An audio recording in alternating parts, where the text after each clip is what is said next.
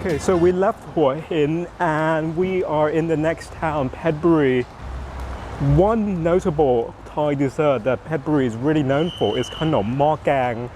It's basically an egg custard with a bit of curry paste topped with crispy shallot.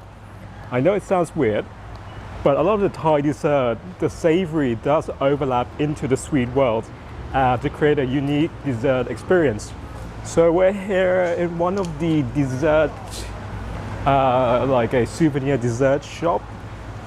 One of the biggest one actually. The parking lot is absolutely massive. We're just going to grab my mom some of the Thai dessert. My mom is a big fan of them. And yeah, and also gives me an opportunity to share with you what a Thai dessert is like.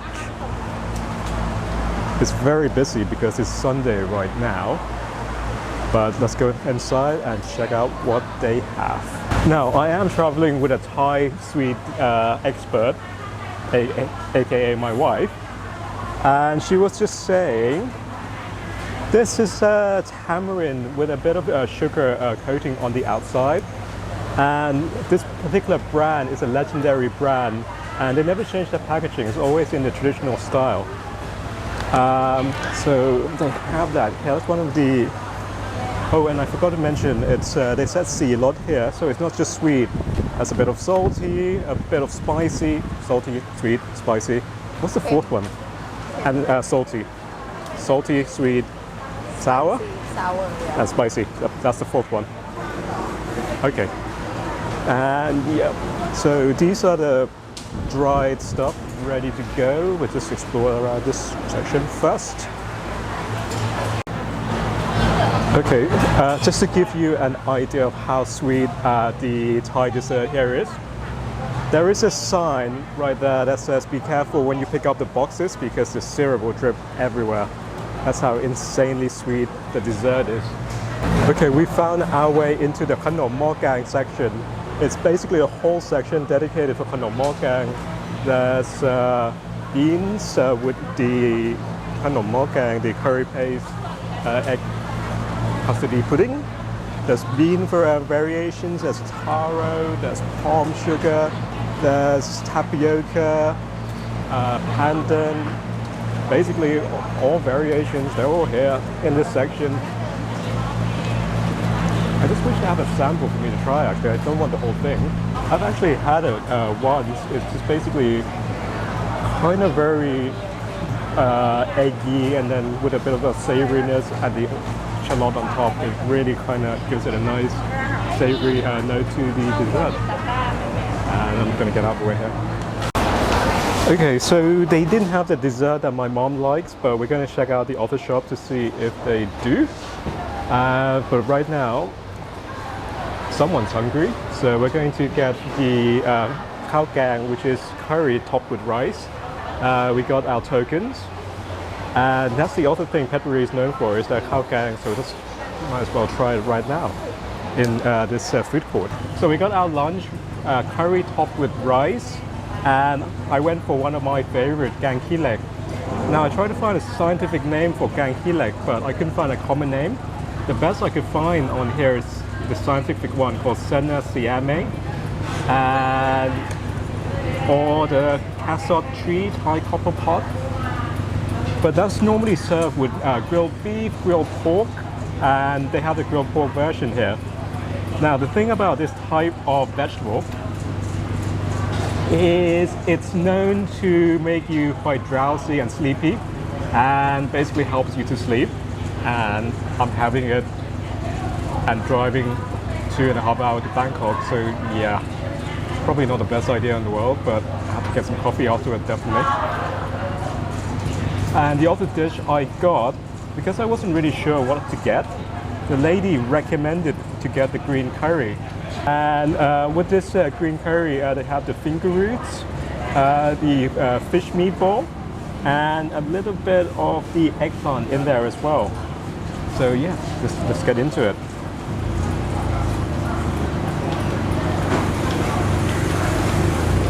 There we are, first bite with a bit of pork. You can have the fat and the pork meat in that.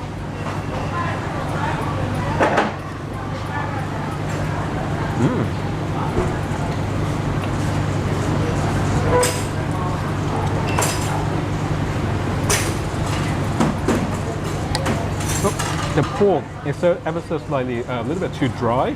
Spiky leg, I should say. Let's try it.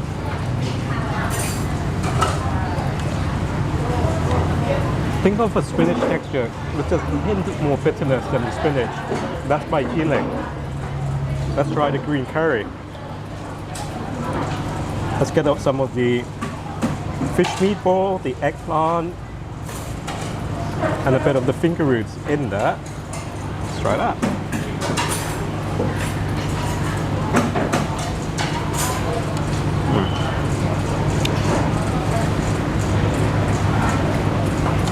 Not as creamy as I was imagining. A little bit on the watery side, but the highlight is fish meatball. That's got a really nice bouncy texture. Okay. Yeah, I prefer the ganki leg over the green curry. I'm just borrowing this from my wife actually. She went for the Penang mu, or the pork in a bit of red curry paste and coconut milk, and palo, which is pork braised in 5 spices. Let's see. Let's get some of the pork. Now the downside of rice topped with curry is they don't give you a separate bowl for the curry, so everything is sort of mixed in together, and yeah, it's a bit of an experience.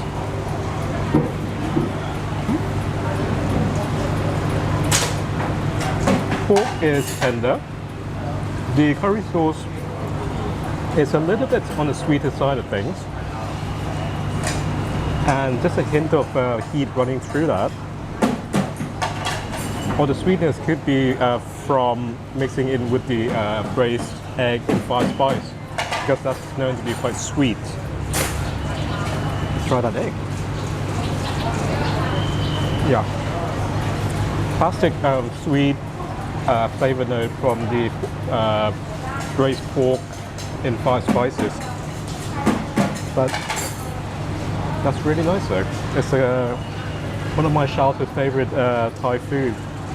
The braised pork in 5 spices. I'll give that back to her before I finish it. Okay, we found my mom's favorite dessert. This is, where is it? Sake, the breadfruit rolled in lots and lots of sugar, like a factory full of sugar. Very, very sweet and very hard to find nowadays. But yeah, my mom said that's the one dessert she wants back from around this area. We found it, mission complete. And we're also going to pick up a few more goodies at this shop because we didn't get anything from the other shop. We just want to come to one place.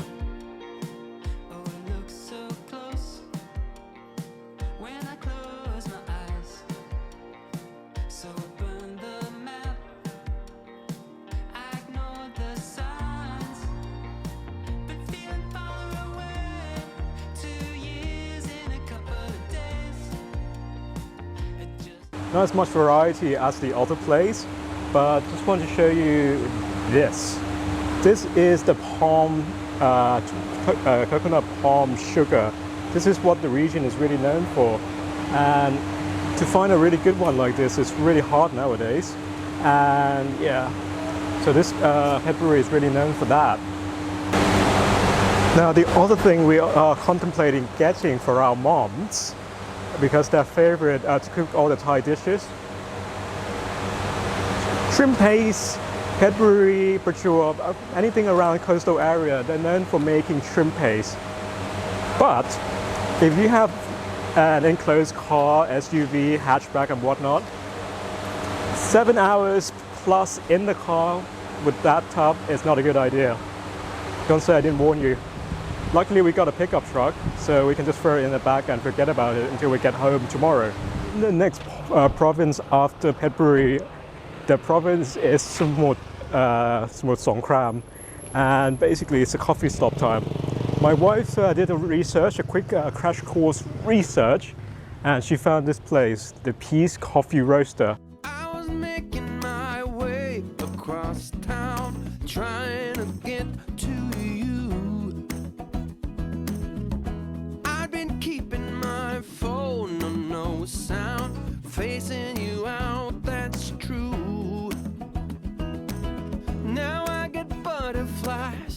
first runner-up Thailand in the barista championship. I went for the iced espresso, dark roast. Oh, that's really lovely actually. It's sort of like, there's a hint of acidity in there as well to complement with that bitterness. It's like drink sipping on melted coffee ice cream. It's absolutely delicious. Right, coffeed up, let's get back in the car.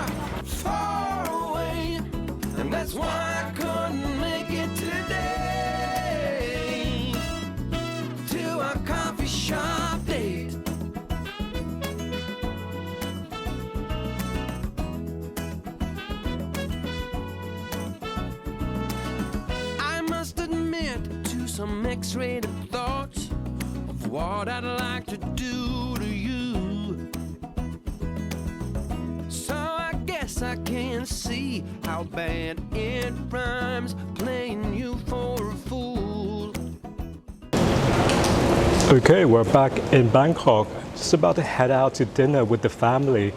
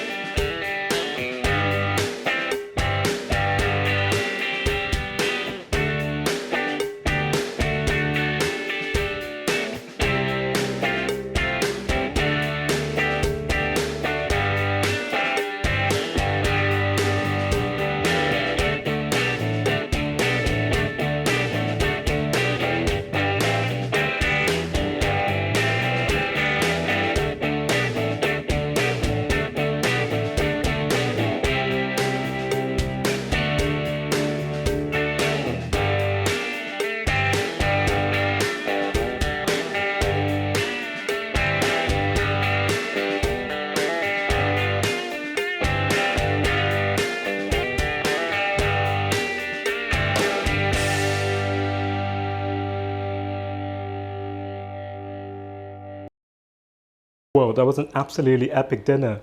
And the reason why I didn't record at the restaurant and review each of the food items is because I went there with my family and there were 5 of us. And as the food starts to arrive for the 5 people, the table progressively gotten smaller and smaller.